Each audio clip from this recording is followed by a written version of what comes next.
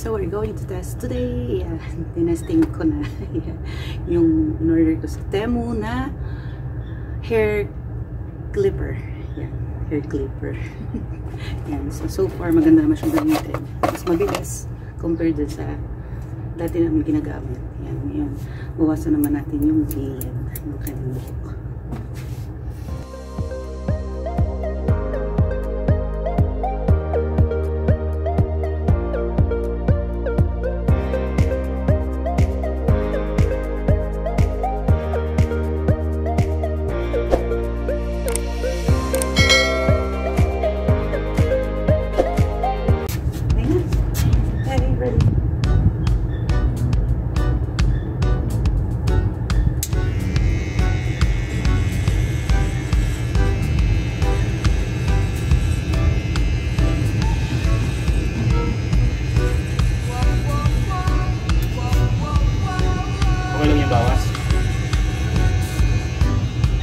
Ano pa mahaba? Ito yung try na. Pwede siya sumunod po kaya. Okay.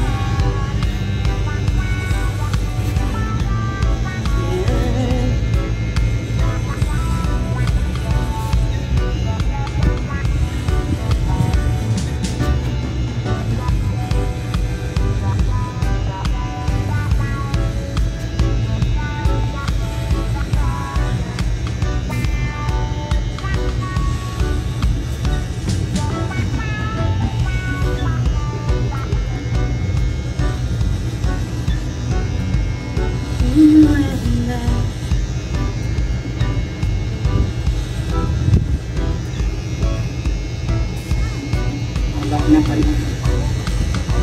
Ano na tayo ng ganito?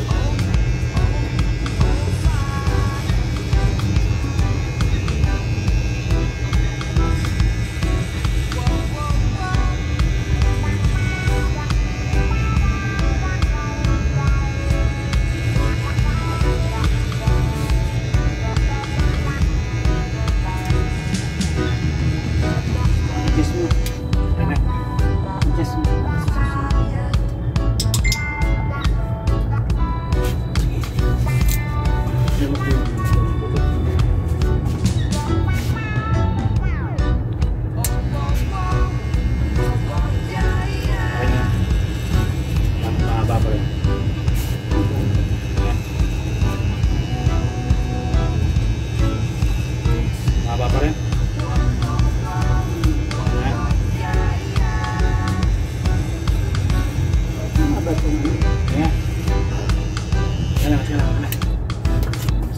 Yung nakasalpak mo.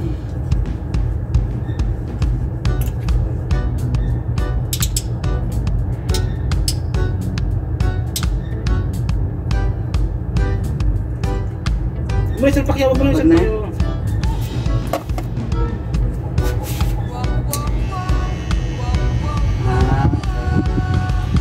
Pudog ba hindi naman? Hindi naman. Tama lang. Okay na yan.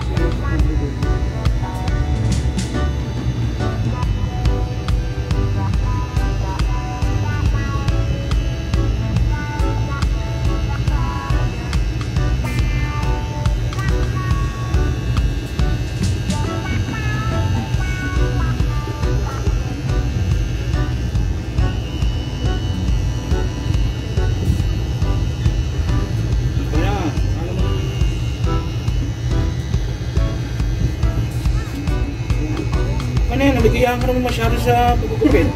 Siyempre eh. Ano yan?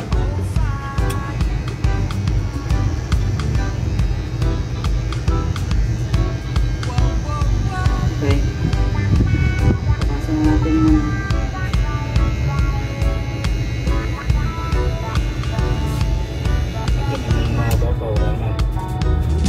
okay na. Okay, next.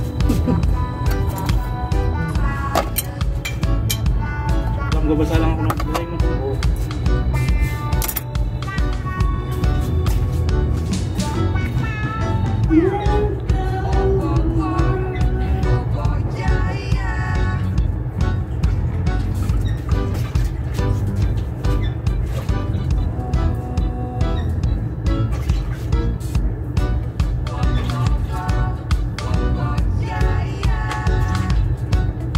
Pag ano ng gupit ha?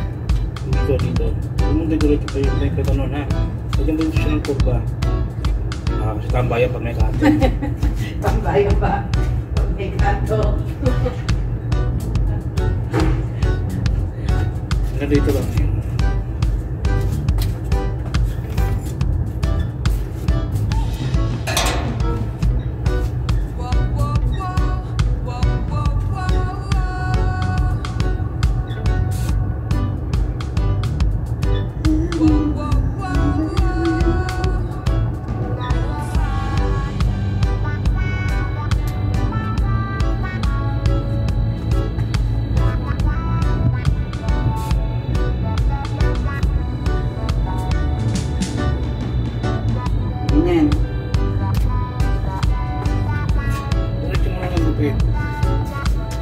Mahirap yun pag diretso. Parang hindi pa tayo ng ate. Ikaw.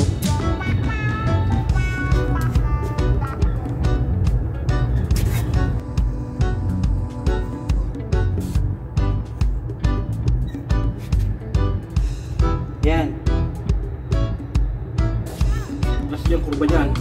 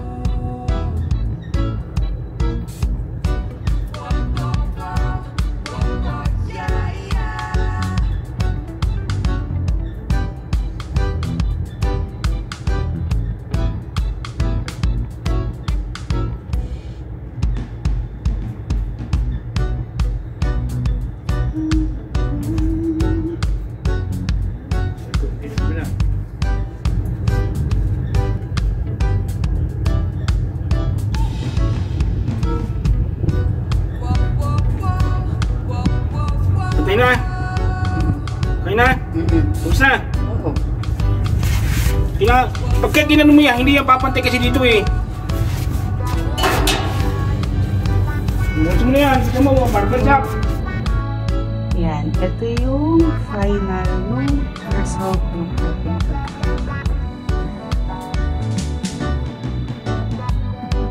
ayun na humarap. Yes. Okay. And so that's it for today, guys. Ayan. Nakatapos na nga akong gupitan at ipakita sa inyo yung testing yung order kong hair trimmer or clipper sa Temu. And based sa paggamit ko sa kanya is sobrang mas mabilis siya compared na sa dati namin ginagamit na hair trimmer. So kasi pagsikip, nakikita naman kung gaano katagal yung power niya. Yan, may 89% pa na nakitira. Yan. Because pangatlong beses namin itong ginagamit sa paggugupit sa buhok ng asawa ko. So far, from the last na full charge ko siya, hanggang ngayon meron pa siyang 89% na battery. So